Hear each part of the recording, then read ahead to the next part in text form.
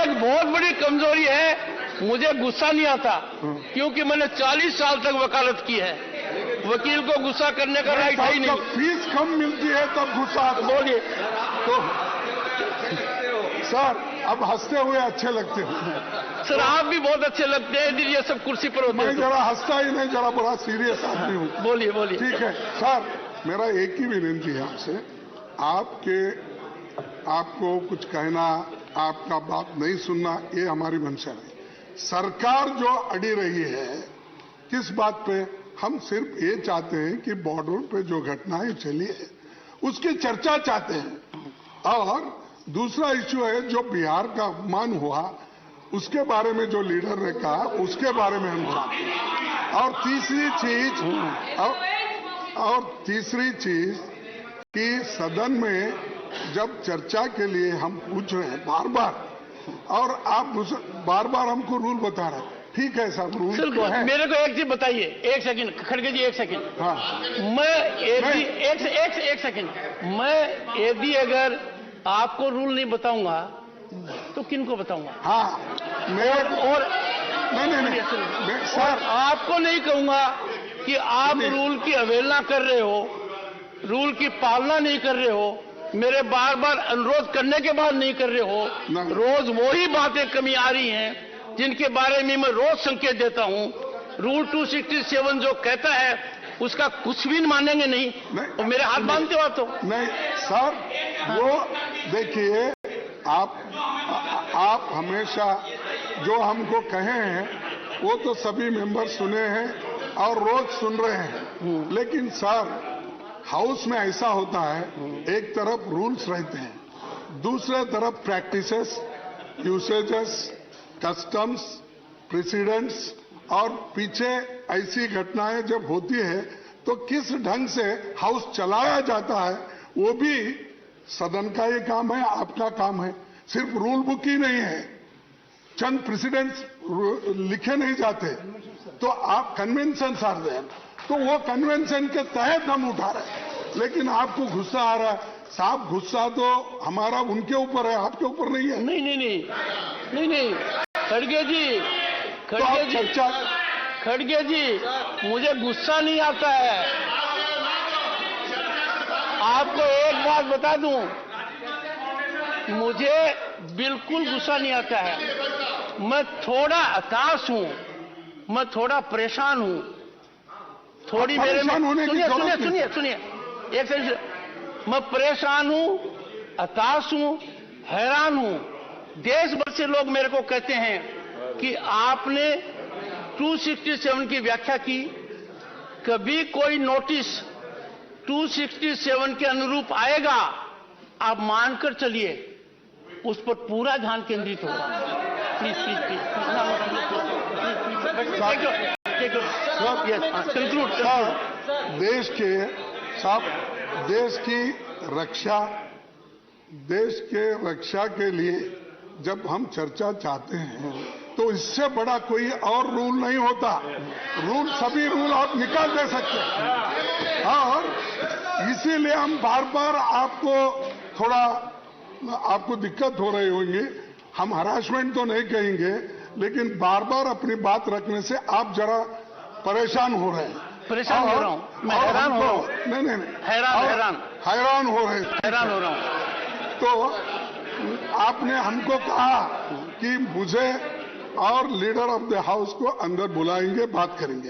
Sir, ये अंदर बात करने का नहीं है, ये पूरे दुनिया को मालूम होना, देश को मालूम होना, और सारे लोगों को मालूम हुआ जिन्होंने हमको चुन के लाया, उनको सबको मालूम हुआ। ये कमरे में बात करने की नहीं है, ये कोई सीक्रेसी नहीं है, ये देश के लिए है।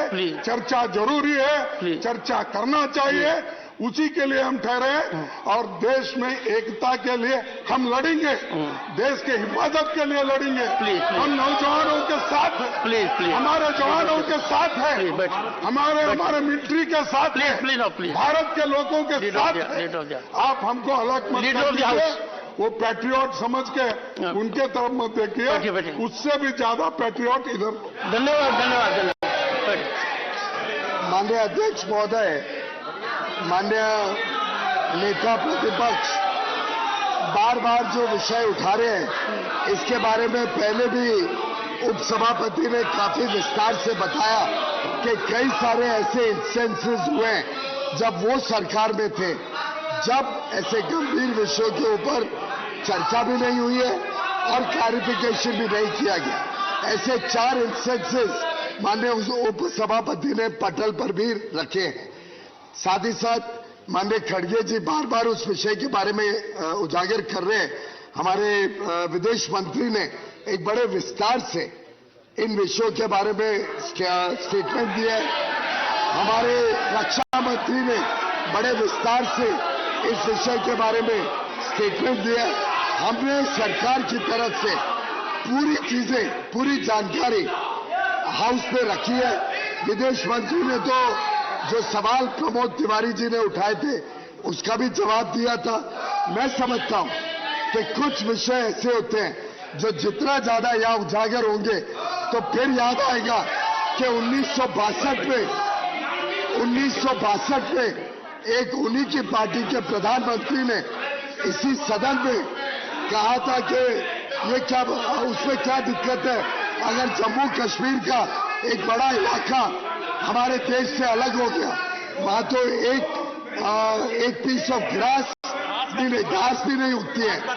और इन्हीं के कांग्रेस के माननीय सदस्य ने कहा कि उनके सिर पे एक भी बाल नहीं उगता तो क्या उसको भी काट के चीन को दे देंगे।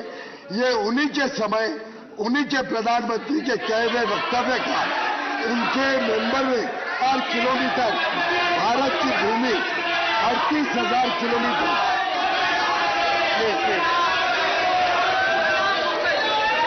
उन्होंने अहमद में बताया कि 38,000 किलोमीटर भूमि आज अवैध कब्जे में है चाइना के। और ये इन्हीं के समय, इन्हीं के कारनामे और इन्हीं के गलतियों के कारण राजीव गांधी फाउंडेशन को 1,35,00,000 रुपए चाइनीज दूतावास से मिला। उसका आज तक खुलासा नहीं कर रहे, इसके बारे में कुछ जानकारी नहीं दे रहे। मैं समझता हूं कांग्रेस जिम्मेदार है, जो देश की समस्याएं हमने विरासत में ली और अब समय आ गया। सर, माननीय leader of the opposition says आप जब बुला रहे हैं कमरे में बात करेंगे लीडर ऑफ द हाउस के साथ, उसको बोल रहे हैं नहीं ये सब इधर बात करना है। मैं याद दिलाऊं, प्रणब मुखर्जी जी जब मेंबर थे इस हाउस में, मंत्री थे, हमारे किरण रिजिजू जो अभी मिनिस्टर है, अरुणाचली है, वो इसी विषय के ऊपर, चाइना के एग्रेशन के ऊपर बात करने के लिए नोटिस दिया। प्रणब मुखर्जी जी किरण रिजिजू को बोला कि कमरे में आकर बात करो, आप तो चेयरमैन हैं, आप बुला रहे हैं, मगर मंत्री इस विषय को इधर बात नहीं करना, कमरे में करने वाले प्रणब मुखर्जी जी हैं। Sharad Pawar will say something on COVID. No. Shri Dr. Sikandar Kumar. धन्यवाद सर। माननीय सभापति जी, आपके माध्यम से सरकार का ध्यान हिमाचल प्रदेश के जिला चंबा की पांगी घाटी की सड़कों के बारे में आकर्षित करना चाहता हूं। आजादी के बाद हिमाचल प्रदेश में बहुत सी सड़कें पक्की व चौड़ी हो चुकी हैं, लेकिन पांगी घाटी में बीआरओ द्वारा खिरोट, लाहौल स्पीति, सुसाती नाला, पांगी सड़क करीब 40 वर्ष पहले